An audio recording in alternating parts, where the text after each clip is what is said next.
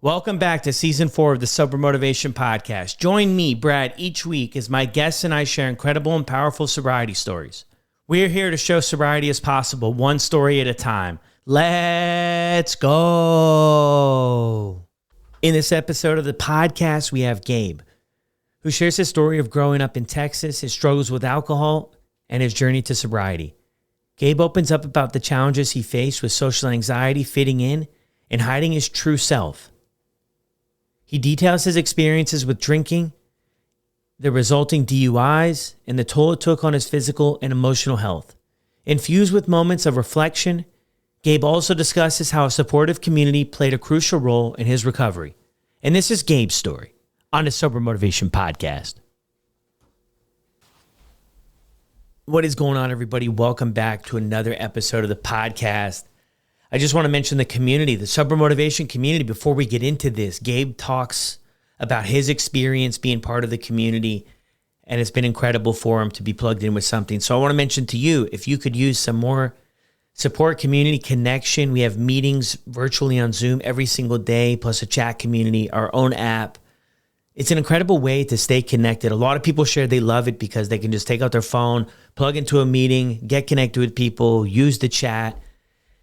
And it's so close to them, right? You have your phone everywhere. So you can always stay plugged in, help other people, support other people, get the support, ask questions, stay connected. It's so important on this whole journey to be involved with that process. So I'll throw the link down in the show notes below, 30-day free trial. Would love to see you there. I host 3 meetings a week over there, Monday, Wednesday, Friday. And yeah, let's meet. Now let's get to the episode. Welcome back to another episode of the Sober Motivation Podcast. Today we've got Gabe with us. Gabe, how are you? I'm doing good, Brad. How are you? Yeah, I'm well, man. I'm glad we can connect on here and have your story. We've known each other for quite a bit in the square, so it's really cool to have you. Yeah, no, I'm glad to be here. Thank you for having me. Yeah. So what were things like for you growing up? So I grew up in a small West Texas town, Odessa, Texas, where it's all football and oil. Not a lot to do there, but I had a great childhood, really. I mean, my family was supportive. I have 2 older sisters. I was the youngest and the only boy, so some people might say I was spoiled, but it is what it is. So, I mean, I was pretty active in a lot of sports. I played baseball, gymnastics, even my extended family. We were super close, got together for every occasion. So yeah, that's pretty much how my childhood went. It was just a lot of fun. Yeah. How much younger are you than your sisters? Oh, gonna make me do math. My oldest sister is 10 years older. Oh, I believe my middle sister is about 6 or 7 years older than me. okay. So I mean, So when you're younger, that's quite a bit. That's quite a bit of years. Yeah. yeah, so definitely often found myself not necessarily alone, but feeling alone. I had to make my own fun sometimes. So Yeah. When's the? It's interesting you mentioned that too. I saw something recently that said we heard about it a lot on the show. That sense of not necessarily being alone, but feeling alone. When do you first pick up on that? I mean, definitely 3rd, 4th grade, like during the summers of it all, like, I wasn't around everybody. So it was like I would just have to find things to do, play outside, or we had our dogs and stuff and some video games and stuff. But it was always fun, but I was always curious about a lot of things. So I was always definitely keeping myself entertained. Yeah, that part. Yeah. How does school and everything look like for you? Did you have middle school in Texas? Did they have elementary, middle, and high school? Yeah, so we go through, what is it, kindergarten through 6th, or at the time, I think it might have changed now, but kindergarten through 6th, 7th through 9th, and then 10th through 12th. That was our kind of setup. Elementary, definitely, because I knew at a young age that I was different from a lot of the guys there. They all wanted to play football and basketball, and it was all about like fighting and all this stuff. And for myself, I was more on the creative side. I definitely enjoyed gymnastics, and when we'd go to the football games, I would look at the cheerleaders playing pom poms. I'm like, yeah, I want to go do that more than play football. And so yeah, I definitely knew at a young age. And then you hear kids at that age talking about calling something gay or That's girly. And so that kind of always put a lot of pressure on me because I pretty much figured out I was gay in the fourth grade. Fourth grade. Wow. Okay. Yeah. So it was pretty early. Yeah. So did you say you didn't say anything in fourth grade though, but you knew? Is that what you're saying? Oh, Like, yeah. I yeah. mean, I hid it for a long time. I was always worried about what people would say about me. There was a time in fourth grade, and one of my friends comes up to me and she asks, "Hey, they wanted me to ask you if you were gay." And I was like, "What? No. What are you crazy?" And they're like, "Well, because you hold your hand up and have a broken wrist." And I'm like, "What?" So in my head, I'm like internally freaking out. I'm like, "Oh no, they know." So I stopped doing that. And that kind of led up to a lot. I always paid attention to what other people were saying about me, and I let that kind of dictate what I did. Like going through junior high, it wasn't cool to play baseball. So I quit playing baseball.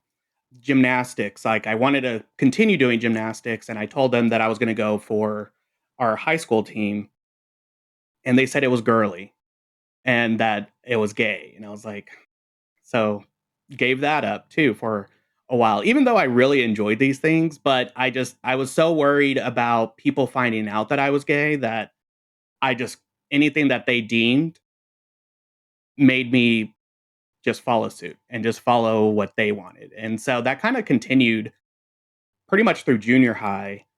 And there was this one party that we went to, and it was my cousin's house. Me and him were very close growing up, and his dad was out of town, so we threw a party, and we weren't supposed to be there, obviously. And someone called, no, his aunt called. I picked up. I didn't know that we weren't supposed to be there. And so the party got busted. And after that, it was just all those friends that I thought I had, they just went their own way. And so, like, that point, it clicked for me that I was like, well, I'm going into high school. I want to do what I want to do. So I got back into gymnastics. I was always in band growing up, just really involved in a lot of things. But just to hide or just to say I was too busy to have a girlfriend or something. So that always, and it started just building up a lot of anxiety just all through high school. Yeah. Just internalizing everything that's going on around you. You talk with anybody about how you were feeling about things or no? Nope. Never talked to anybody. My family, even in my like extended family, like I said, we were pretty close with each other, and they always had some remarks, and I never talked to anybody about it. Yeah, I didn't come out until college. Yeah. In college. Yeah. So, I mean, this is like probably in one way or another, like building the foundation for looking for a release of some sort would be Yeah, my no, guess. Like, definitely. I remember the first time, and growing up, we alcohol really wasn't around in my household. My grandfather was an alcoholic, and my dad, he used to drink when I was younger, but then he just pretty much quit. He'd have one or two every now and then, and so he would have like little drinks here and there. But I remember one time in my senior year in high school is when I got drunk off of Boone's Farm, which I think what's about it Boone? now and I'm What's huh. Boone's Farm? Boone's Farm is this cheap wine. It's a sugary Okay. wine. It's, I don't know, $3 bottle. But in high school, it's like, all right, alcohol is alcohol. So get what we Yeah, can. exactly. But I remember drinking and I got drunk. And I just remember feeling my mind was calm. I wasn't jumping all over the place of what are people thinking of me. I just didn't care. And so that was drinking didn't take off at that point, but I knew that there was something that I really liked. So, Yeah. and then that kind of led into I graduated high school, then I went to college. Yeah, Texas Tech out in Lubbock, Texas. I don't know if you've ever been there, but there's nothing to do there besides drink and football as well. So, so yeah, I went out there, and that's when my drinking really ramped up at that point.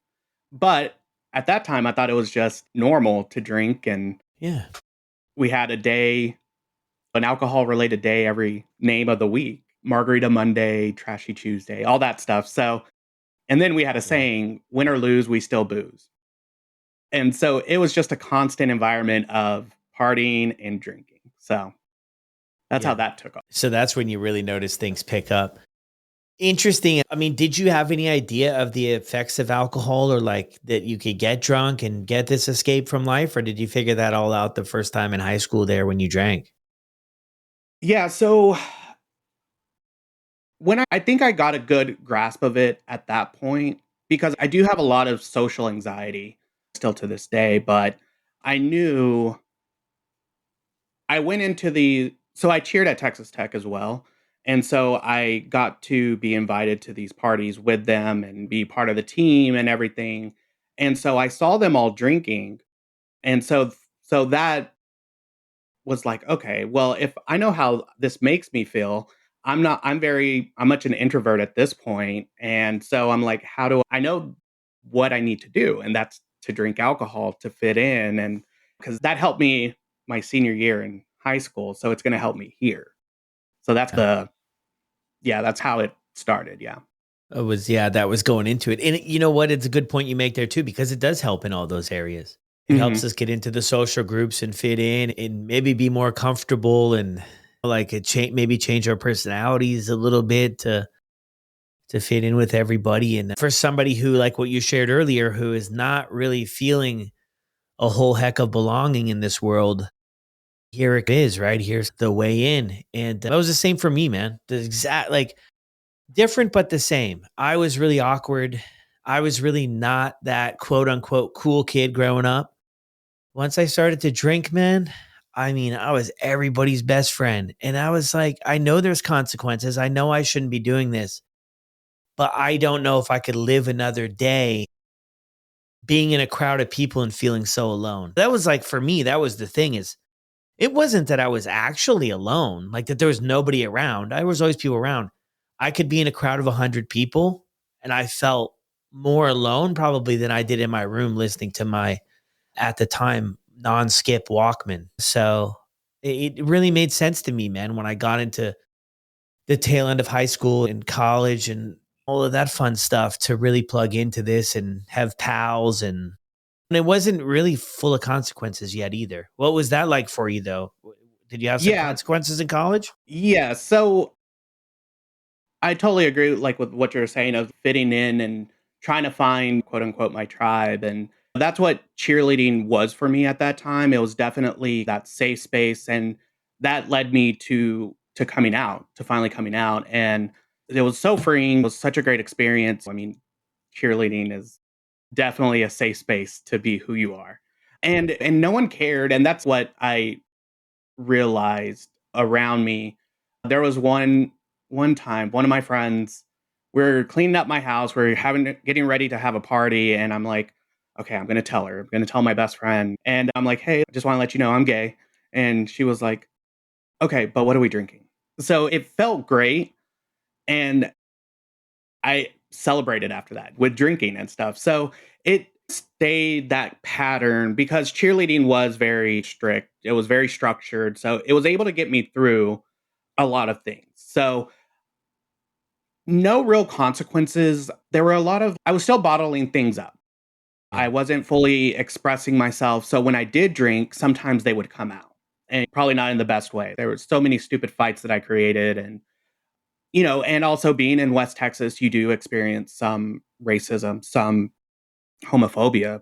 We're still in a West Texas town. Like outside of the Texas Tech, there's still Lubbock, Texas.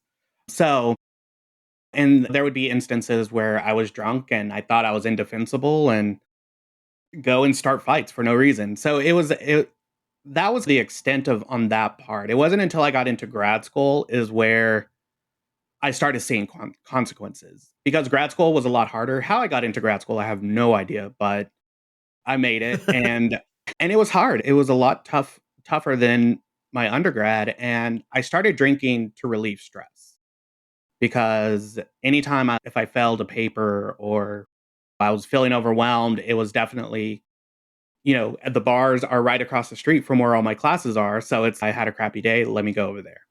Let me go have a drink. And so that's where I started seeing because at that time I wasn't even drinking either.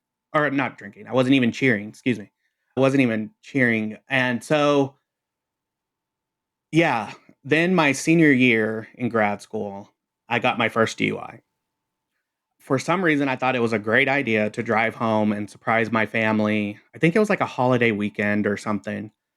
And I was like, yeah, I'm just going to go. I'm just going to go. It'll be fun because it's 2 hour drive from Lubbock to Odessa and driving, doing all right. And I reached down to pick up some water, I think, and I spun my car around or spun it out. And the Oh, next thing I know, I'm waking up in a jail cell. And I'm like, what the hell happened? wow. Where am I? And so my dad and my sister picked me up. It was a awkward car ride home because I was in a town 30 minutes away from Odessa. And yeah, we talked about it, how bad it was. But then we went and saw my extended family. We got together and I told them, I was like, ashamed. It's a DUI. It's trouble with the law. I was in jail. And some of them laughed. They're like, "Oh, I got one too. It's not a big deal." And so they're like, "Come have a beer with us." And so had a drink with them and it was almost like a rite of passage, oddly enough, which is weird. But yeah, no real consequences were from that. I didn't learn anything from it. Obviously, I kept drinking. No, and it Yeah. wasn't even a red flag. It wasn't even something that just popped into my head. So, yeah, went through grad school and got a second DUI thinking I can make it home. And Going home that too. one, huh? This is going home as well. No, that was going to the place I stayed in where I was living in Okay. Lubbock. Yeah. But this one had more consequences, obviously. It's the second one. So luckily I got probation. I had to take all these classes and just pay so much money. But it was right when I was about to graduate from getting my master's degree. So Yeah. yeah, that was a little inkling of something else. This alcohol might be a problem. Yeah. Did you surround yourself with people drinking? I mean, what was drinking like for you? Drinking every day at the bars? How did it look? Yeah, so I mean, pretty much through college, it was anytime is a good time to drink. Typically, we started on a Thursday. We planned out what we did Thursday, Friday, Saturday. It was a lot of house parties. Then if we did go out, we knew all the bartenders. Being a cheerleader, you got in wherever you wanted, and it was just all partying. We all partied. There was no one else. I remember there was one friend who was visiting one of my other friends. And we were at one of our favorite bars, and I was like, "Hey, I'm gonna go get you a margarita." And she was like, "No," she's like, "It's okay, I don't drink." And I'm like, "What? Like that? No, that doesn't make sense. Who doesn't drink? Especially people in college." I think that's how I justified everything. I was like, "I'm in college.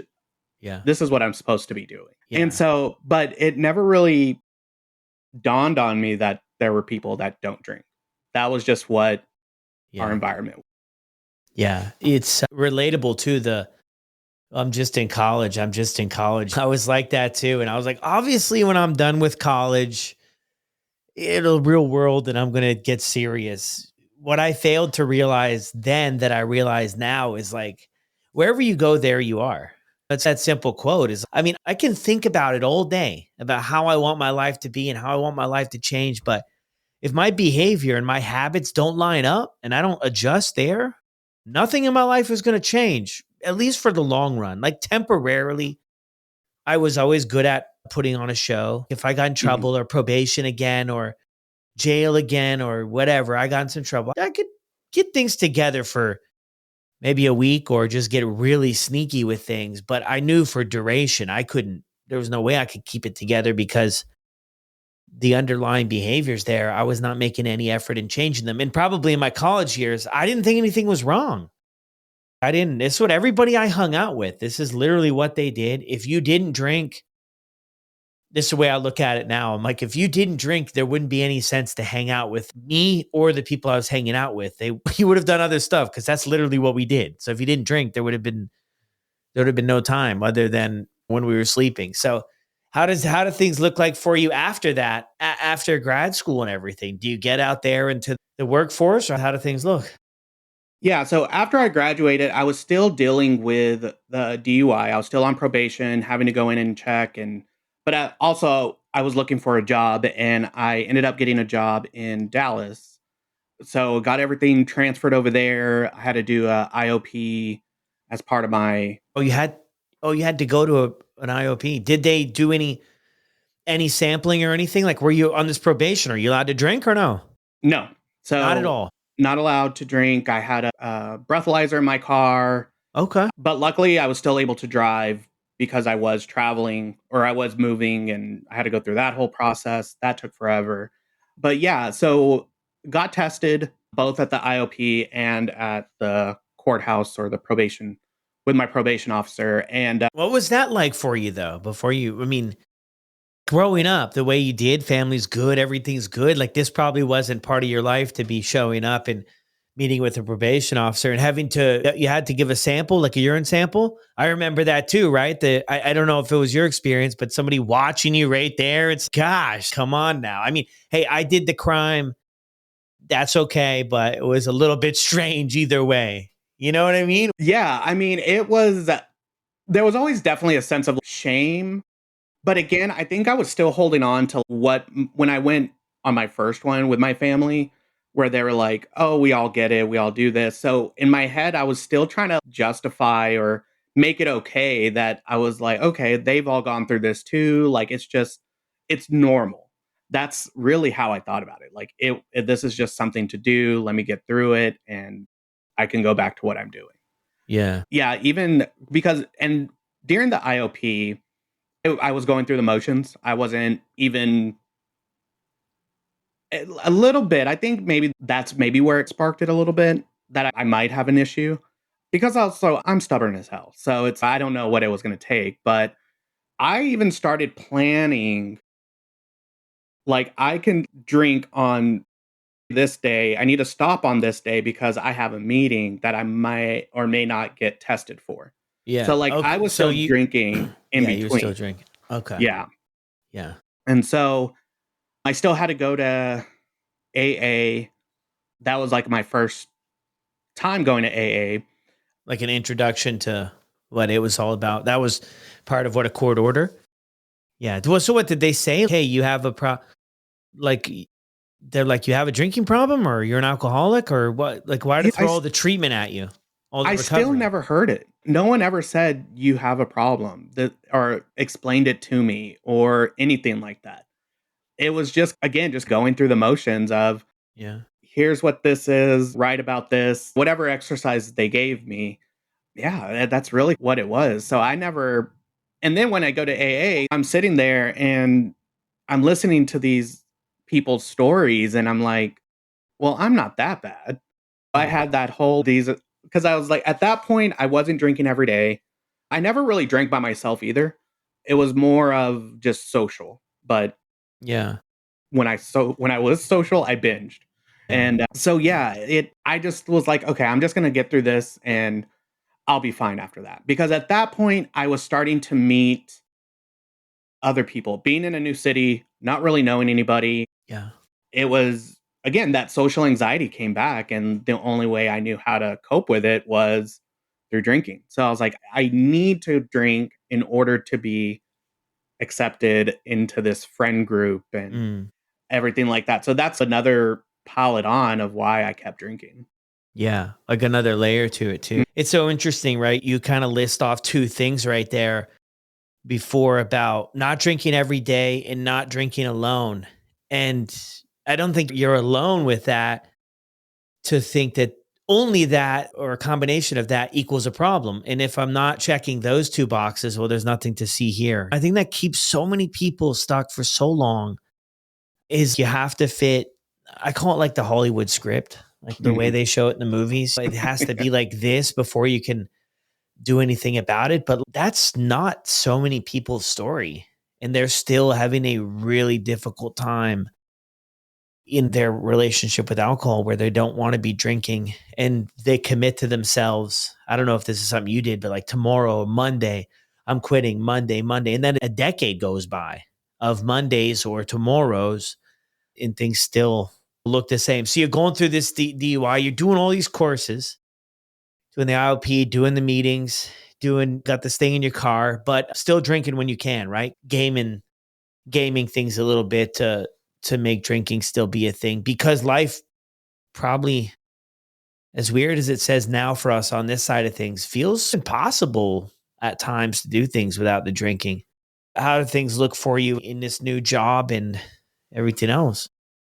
Yeah, so I was a marketing manager for a restaurant in downtown Dallas, and it was fun. I mean, I was also a bartender at the time too. I was doing both. So I was working every day. And so one of the Yeah. ways to wind down was to go to another bar down the street and just drink there. And we had a good relationship with them. So it was like easy, cheap Yeah. drinks. And Maybe even free sometimes. yeah, it was Yeah. always, we always walked in, there was always a free shot for us. And so it Yeah. was like, all right, I'm good with this. And then at the time, I was, I couldn't drive obviously because I still had my breathalyzer in there. So I would Uber. And I'm like, as long as I can Uber, I can drink however much I want because Yeah. I don't have to worry about getting a DUI again. So, Yeah. yeah, so that was like and it went like that after a few months. I just wasn't making enough money there. So I went back to bartending, got another job, and then finally ended up as a nurse recruiter, which I hated. And so again, it was like a lot of stress. How am I going to pay bills? All of that. So I Yeah. was like, of course, I would drink. And so finally, I was with my company. Well, I guess my previous company now. I was there for 8 years. I've been there for 8 years. And so, but it got to the point to where it was, I wouldn't drink all week. I would drink on Friday, but starting at 5:30, I would start and I wouldn't finish until like out 2, 3 o'clock if there was an after party. And that happened for, I mean, almost a decade. Yeah. Wow. Of just constant. That was just the cycle that I was in of doing that. And Yeah. so, yeah, it Okay. was crazy. How long have we known each other for? Well, May was the 1 year that I've been with Okay. Sober Motivation. So a year. Yeah. So over a year. Man, I never knew the restaurant. I never knew the restaurant thing. And now things are making so much more sense, dude. When you say that, bartending in restaurants, like that's my language, man. That's when I really ramped up things in so many different directions. And so many people have come on the show, those service-based businesses. Are you saying for most of your drinking was not during the week? It was just this weekend from Friday to Sunday. I would get like really bad hangovers, like Yeah. 2 to 3 day hangovers. Really? And it was just, I was just miserable. It was definitely, I was like, there's no way I can be productive at work if I'm hungover. If I was hungover, I would just call in. I'd just not go. If we did Sunday fun day. So like I stopped drinking on Sundays. And that was just how it went. I never wanted to drink alone because I guess in my head I always just said I knew that I needed it to relax and to be friendly and be that outgoing person when I needed to be. So, but yeah, I was definitely still bottling up everything Yeah. while I wasn't drinking. And What's everything just the referring to? everyday stress and you know, I hate my job. What am I doing? It just yeah, everyday stress and even like relationship stress and friendship stress and because when I got here, I definitely hold my friendships to a very high standard. You know that because that's my chosen family away from my family. So yeah, and so when they didn't do something or I felt like they didn't meet my expectations, I think that was like a lot of the I would just bottle it all up. And once I started drinking, it would come out. And that's a pattern that I started seeing quite a bit of, yeah, just bottle it all up. When I drink, I feel confident enough to say it to your face, all just Yeah. stupid stuff like that. So that's where it would come out. Yeah. Yeah. And And then that was, that can create a lot of friction too. yeah. So there was always definitely a lot of apologizing the next day and the whole who did I text? What did I text? My apology tours. And I would even Yeah. like apologize to the bartenders. Hey, sorry if I was sloppy, just to see if they would be like, no, you're fine. And then I'd be like, okay, good. So that's Yeah. just that. cycle that I kept going through. Yeah. Through a decade, and you're having those heavy hangovers too. So, I mean, which is wild, I think, looking back too, like the weekends, work all week, right? And it's like, all right, some days are good, some days aren't, right? It's work. And then the weekend is like the time to unplug or do this. And I was the same. I mean, I drank every day, but I probably drank more on the weekends. And looking back, I was like, man, the weekends are so much different now in sobriety, but I was just wasting them either drinking or just feeling like crap. And it wears on you, I think, over time, right? It wears you Yeah. down. Yeah, no, definitely. Because I met my husband while I was drinking.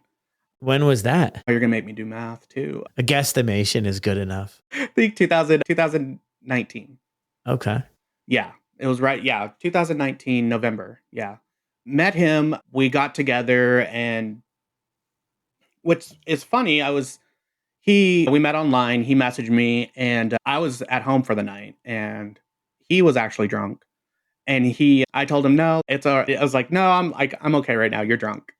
So it's ironic that that's how that happened when he's the one, he could take it or leave it. He's not a big drinker at all. But yeah, so I met him and yeah, it just a lot of stupid fights about Yeah. it that I caused. I never wanted the party to end. I was always wanting to go out, always wanting to be the last person to leave or go to an after party. And I just basically tell him, you don't tell me what to do. Like, I'm my own person. And Yeah. for Yeah. some odd reason, he has stuck with me through all this. Wow. So, yeah, but it was a lot of ups and downs. And yeah, it was interesting. Like, I'm really grateful to have him in my life and to be there for me. But he is actually the one too that kind of started planting a little bit of seeds of maybe we should try moderating. Have you ever tried just having a couple of drinks? And in my head, I'm like, sure, why not? Because I do love him. So let Yeah. me try it. Why not? So yeah, I did the whole moderating. What did that look like? What does it look like when Gabe does that? Uh when I did I mean, yeah, first I switched from vodka soda was my go-to all the time. So I switched to beer. But then I'm drinking 10 plus beers, still Yeah. same effect, nothing changed. So I was like, okay, let me do the water in between. Let me try to, and then I try to limit how many drinks I had. And because we would jump from bar to bar, we would see 3 or 4 bars. So I'm like, Yeah. okay, I'll have a drink or two at each bar. But then by the time I got to the last bar, I'm drunk. All those rules go out the window and I'm just back to drinking, like back to Yeah. drinking vodka. And so Wow. it was just, it never worked. It was always a hot mess. Yeah. So, man, you must have been spending a fortune out at these bars if you were going to all these places. Yeah, my bank account hated me. It was definitely, yeah, credit, like my bank account was always in the red. I always had to figure out, okay, I can spend like $50 on groceries because I don't really need to eat a lot. And yeah, it was a hard time during that part. I'll say that. Interesting though to me, okay, how this is like earlier in the story you touched on those two things, right? Solo drinking and drinking every day. You weren't checking those boxes. It wasn't part of your life. How do you with the way you're going about it, right? Cuz man, I'm thinking like this is the reason why you're drinking was I'm just guessing here is probably different than what some people were drinking that drink on the weekends type deal. But a lot of people do that stuff, drink for the weekends. How were you able to get to a point to say, okay, you know what? Maybe there's something else going, maybe there's a problem here, or however you frame it up. So there were times throughout, and it really was with my husband is when I actually started thinking about this. So like the last 6 years. But there was one time that I had a really close group of friends and there was some issues with one of them. And so the group just split up. So I felt a little lost. And I remember there was like after people left the group chat. And at the time I had these expectations of these people because we were so close, texting every day, hanging out almost every day. And so I remember going out one weekend and just going off on them in our chat. And the next day I felt like an asshole. Like I just felt bad. And so I just started looking and thinking about it. And actually the first time I went to AA popped into my head and I was like, huh. I was like, let me go check it out again. So I go and I went there, I sat down, and it was a gay men's night thing. And go in there and they talked about people in a sense of if these people go out and drink all the time, they'll end up in here at some point. And they weren't talking about them, but I felt very seen when they said it. So that turned me off completely. I was like, no, because at the time I just wasn't ready to admit that I had a problem at that point. But that was one instance.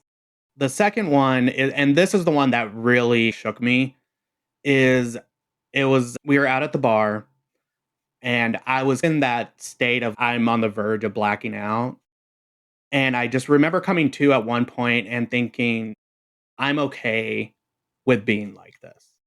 I'm okay with being that sloppy person at the bar because I know I can go and apologize to everybody afterwards and it's going to be okay. And I continued and I blacked out. And then the next day, I remembered that. And that's what scared the hell out of me. I was like, I don't want to be that person. I hate that person.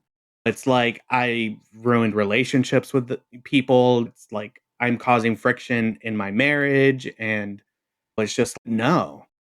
So that's what got me like curious about really diving in. And that's where I started downloading all the podcasts. But yeah, I downloaded your podcast, Brad, but I never listened to an episode and on any of them. I just downloaded them. And because at one point I was like, I was just afraid of what I was going to hear. And it was going to be like, yeah, you have an issue with alcohol.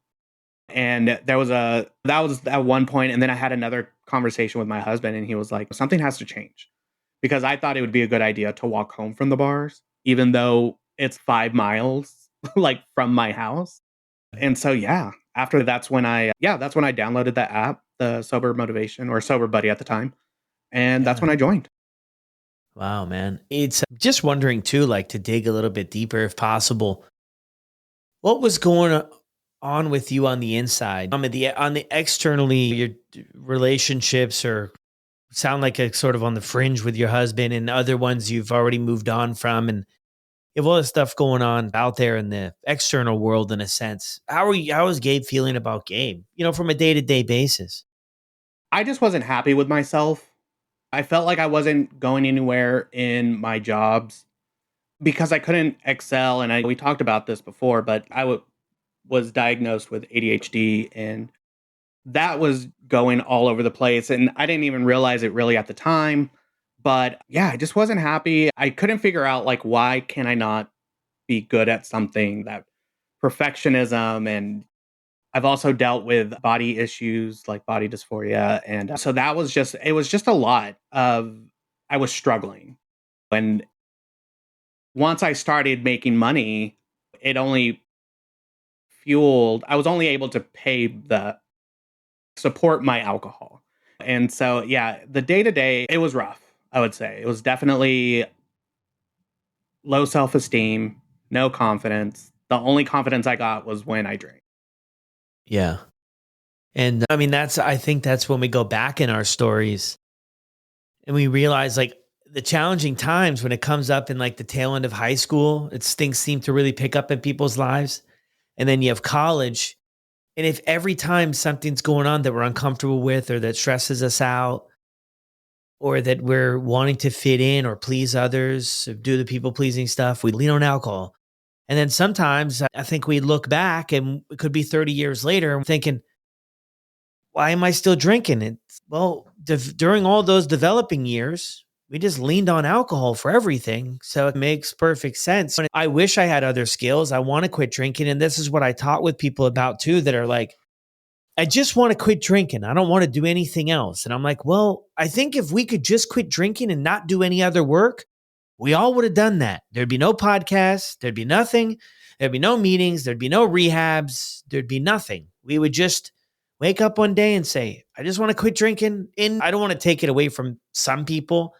I have known a handful of people in my life who like where the doctor told them like you're not going to live much longer and they just quit drinking and like they're all right. I wouldn't call them the happiest, go luckiest people in the world, but they don't drink, so they got that going for them. But that's what I think it comes down to, man. Is like, what are we willing to change? And then it's like hindsight's 2020. We can see like how this played out. Is that was a lot of people share it too as like a best friend or something we could always count on, but it gives us this sort of feeling or escape, man. So all very relatable in its own sense to what I've heard and some of my journey to this point. What prompts you to join? I mean, because you've tried a few other things in your life. I mean, what allows you to join a community and check that out? I'm curious.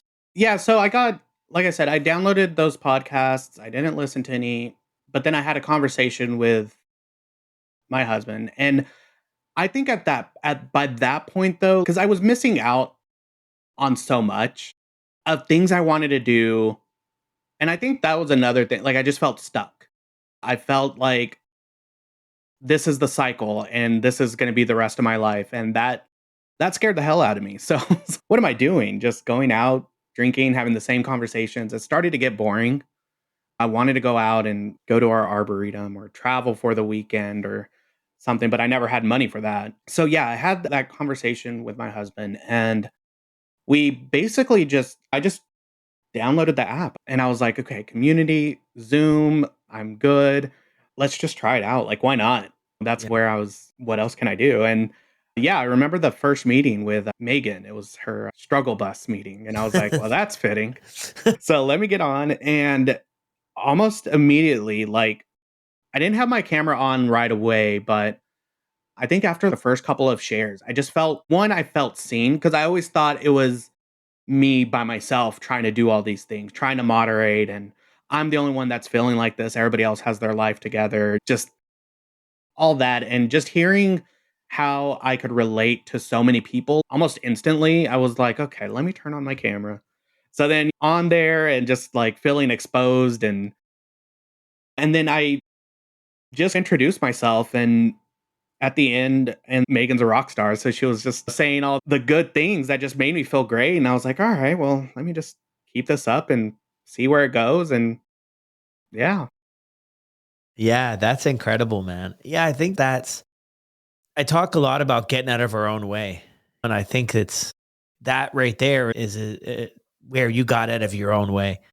And you're like, this isn't something I really feel comfortable doing.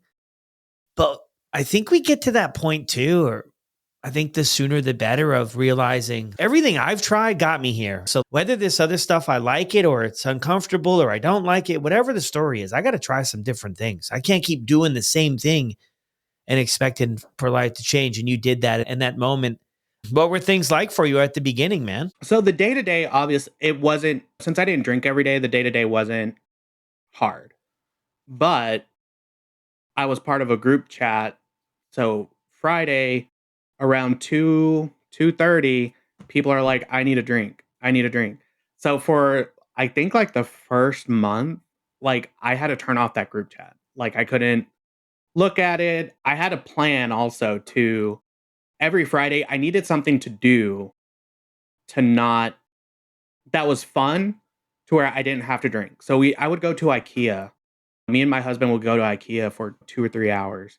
Just Yeah. walk around, go to dinner, go to movies, just stuff to keep me busy because then after that I'd be fine because Saturday was usually my recovery day, Sunday was let me adult and I did start feeling better after a couple of weeks. But after a couple of weeks I started feeling I would get cravings because my body was still getting rid of the alcohol and that was just where I was for like about the 3 months because I did have a slip during this and I've talked about it before, but I don't think I was really fully open and honest while I was there. Like I wasn't lying. I just was like in my head I didn't know because I still had a trip coming up to New Orleans that I had New already paid Orleans. for. Yeah. So I was like future tripping for sure because I wanted to go to New Orleans and I wanted to experience because I love New Orleans in general. I love their food, the culture, everything about it. Yeah. And obviously the drinking was a big part of it too. And so, yeah, I felt like I was just saying the right things of what people wanted to hear at the very beginning. And it was just very, again, just going through the motions. Like, I feel like that's a theme of People my life. pleaser. People pleasing. Yeah. And yeah, and I was learning a lot. And I think if I didn't have that trip, I don't think I would have had a slip because things were going good. I felt great about not drinking and, handling it with friends and everything like that. But yeah, it wasn't until after my slip is when I like recommitted because I Yeah. was scared to tell the community. I was sitting in bed with the worst hangover ever. How did it And come about though? How did it come about? So you went to New Orleans and then so I tried to, I was like, well, I don't want my first time drinking after 90 days to be in New Orleans. So let me drink the week before. So that's where I did. And it's like I had never skipped a beat. Like I went right back to drinking just as much, if not more. yeah, yeah. Nothing bad happened that night, but I just remember getting home and I just remember not having as much fun. Like just because, and then also like that guilt started creeping in even before the hangover. And so, yeah, I just remember it just wasn't fun. I was like, Mm. because it took me a little bit to get used to drinking. Well, it's Like kind of my gross. So stomach. it's like, Yeah, it's like I was drinking for the first time all over again. The burning and yeah, yeah, just like the body. Well, a lot of people share that too. Like your body's kind of in shock if you've had a break from it and then you go back. It's, oh my gosh, what are you doing to me? Right. A lot of people yeah. share something like that. So you kind of had an idea going into it. A lot of people talk about we have our next drink between our ears before we actually have it in the real world or whatever you want to call it. You know what I'm saying? And that's like where we want to try to catch it before it manifests into things. So yeah, I mean, great awareness on that too, though, about how things were. And then I think it's easing our way in, ourselves into to see what's going to work for me and how am I going to do all this. I can only imagine too, Gabe, you're wrestling with the fact of drinking on the weekends. And although that is definitely enough to have a problem for sure, but I can see how. But I mean, and then on the flip side of it, I drank every day and I still didn't think I had a problem. So, I mean, I think either way, we can convince ourselves of whatever the heck we want. But Yeah, and then I started getting into kind of going to the gym and trying to do that, and it was just like I kept getting this plateau, and I'm like, well, what's the cause? And it was alcohol, because I drank so much on a Friday night that that I felt like crap the whole week. By up until maybe the Thursday, I started feeling good again, and it's just like I was miserable at my job. I hated my job. That like so it was just yeah, it was just how it made me feel, like, it would ruin my whole week. yeah, yeah. So you go to New Orleans No, and I you never had to went. drink. I What? decided to cancel You never went. yeah, I decided to cancel the trip because yeah, because of that, and I got sick, but I was like, "I don't wanna go because I know if I go, I'm gonna drink again." Yeah. And it was from that slip that I realized I don't wanna drink anymore. Because so many good things happened in those 110 days that I liked. I was able to like my stress, my anxiety, just I don't want to say it was non-existent because it's still there. But Yeah. and one thing that really did, I heard in one of the meetings that you're going to get confidence from not drinking. Yeah. To me, I was like, that's the dumbest thing I've ever heard. Because for myself growing up through all this, Yeah. drinking I used alcohol for confidence. That's where I got my confidence. So in my head, I'm like, you're telling me to take this away, the one thing that does give me confidence. And in those 110 days, I started feeling confident in myself. And that blew my mind because I was like, for so many years, I used it as a crutch. And I just remember I was like, I don't want to lose this after my slip. So I told everybody that I was sick, which I was. I from the hangover and then it turned into a cold. I mean, it really kicked my ass. But I told my husband, I was like, I don't want to go. If I go, I'm gonna drink. I know I'm gonna drink. Yeah. And so yeah, we didn't go. And I just plugged back into the sober motivation What's and it the like? go ahead.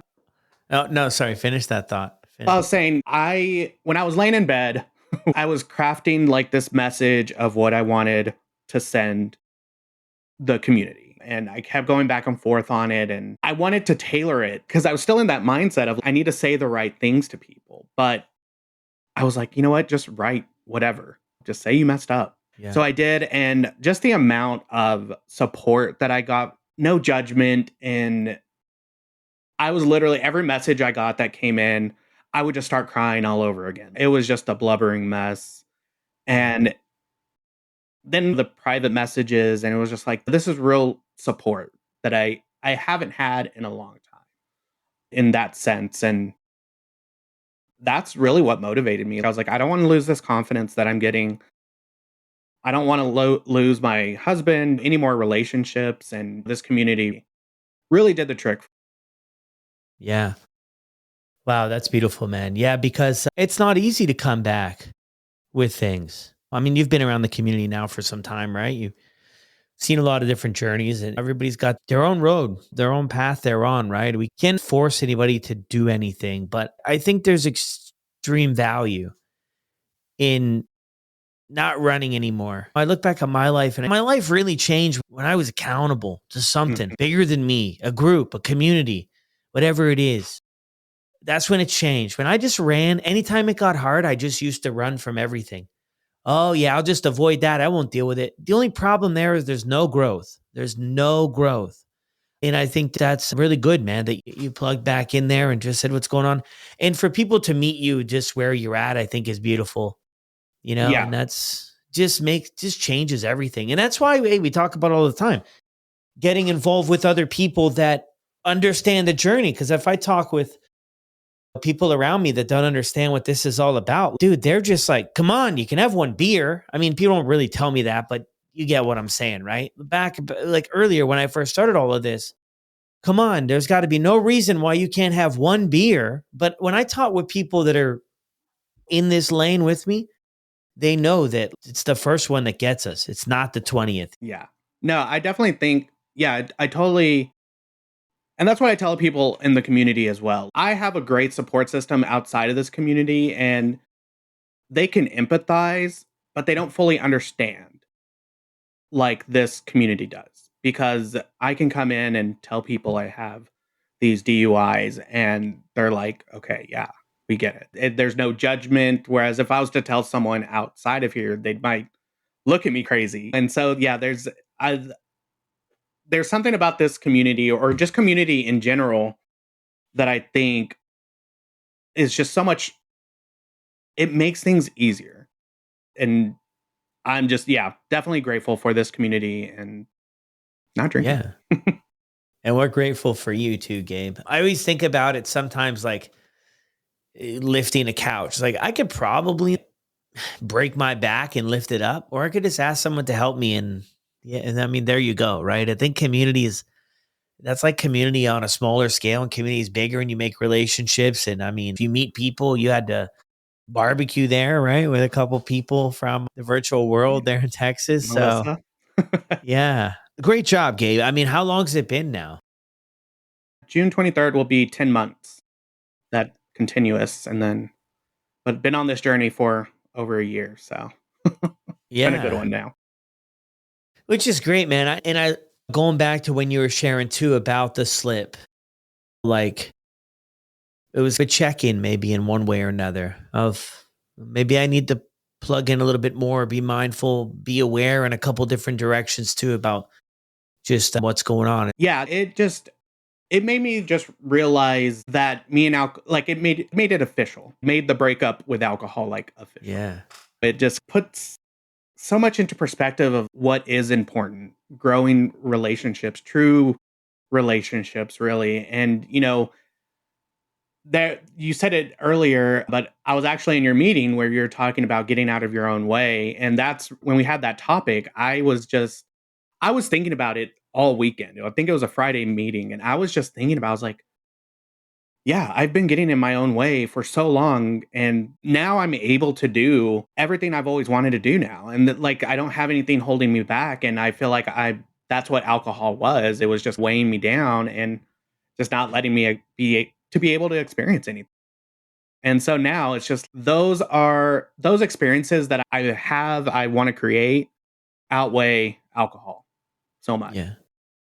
Yeah, and you've got some really cool stuff in the works too these days and things you've been working on heading towards wrapping up. I mean, share with what you're up to now. And I'm even excited. I feel like you're adding stuff by the day here, man. So maybe you could catch me up, Gabe, with everything you got going on. And yeah, Yeah, so I said earlier I got laid off from my job, I think back in March, but I was already on my way out. I feel like mentally, with the help of this group, this community, I wanted more. I wanted hosting meetings on sober motivation. I was like, I like doing this. I feel like this is what I want to do.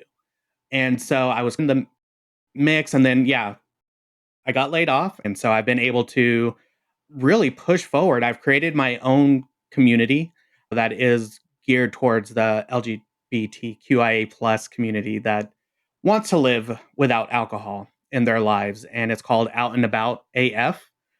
Yeah, and so far our Instagram went up. What else has gone? We are doing our first meet and greet in July. Also, we are doing the website launched, and I've started an app and everything. So lot of going on. I made a workbook. So it's incredible, man. I I've been mean, busy. I mean, whoever thought, man? Okay, you've been at this for a year. If I told you 13 months ago, you're going to be not drinking and you're going to be working on helping other people do the same thing. I mean, how crazy would I have looked to you? Like you would have thought that it wasn't Friday the 13th.